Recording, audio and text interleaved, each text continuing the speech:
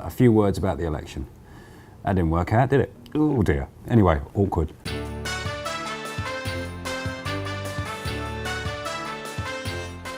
Anyway, welcome to another thirst-quenching pint of Bloke in a Pub. We've had a question in from a viewer who said that they keep seeing the word recession mentioned in the news with some negative connotations for investors, and they wonder what it all means.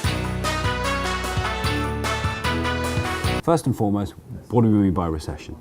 And all it means is that the economy goes backwards for 2 quarters, 3-month periods in a row. So rather than growing, it's contracting. We as a country are making less money. Why do people get a little bit excited about that? Well, it's because company fortunes typically won't be doing quite so well. They won't be making quite so much money.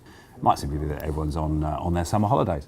Nothing more than that. The other reason is that people still have very much a bad taste in their mouth from 2008, 2009, and what the naughty bankers did to give us the credit crunch.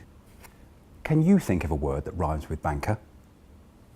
Which nearly led to the collapse of the financial system, and that we could all end up living in a ditch eating grass. Nobody wants that. Who is Frank Dodd?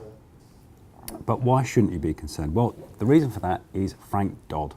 Now, Frank Dodd is actually 2 people rather than 1. Frank Dodd is actually an act in the United States, and it's stress testing the banks to make sure that they've got plenty of money in reserve so that we won't have another collapse of the financial system. And of course, we can all sleep well knowing that the banks have plenty of money. The other fact is that there is something called the Conference Board Leading Economic Indices. And this is an amalgamation, a collection of different indices that were set up after the Great Depression in the 1930s that look at warning signs of recession coming. And there are no red lights on that at the moment either, so we're not going to worry about that.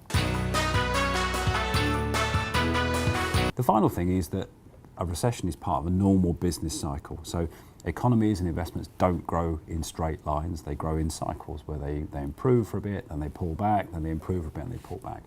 And you have to have these pullbacks to redistribute capital so that investments and company fortunes can move to a higher point in the future.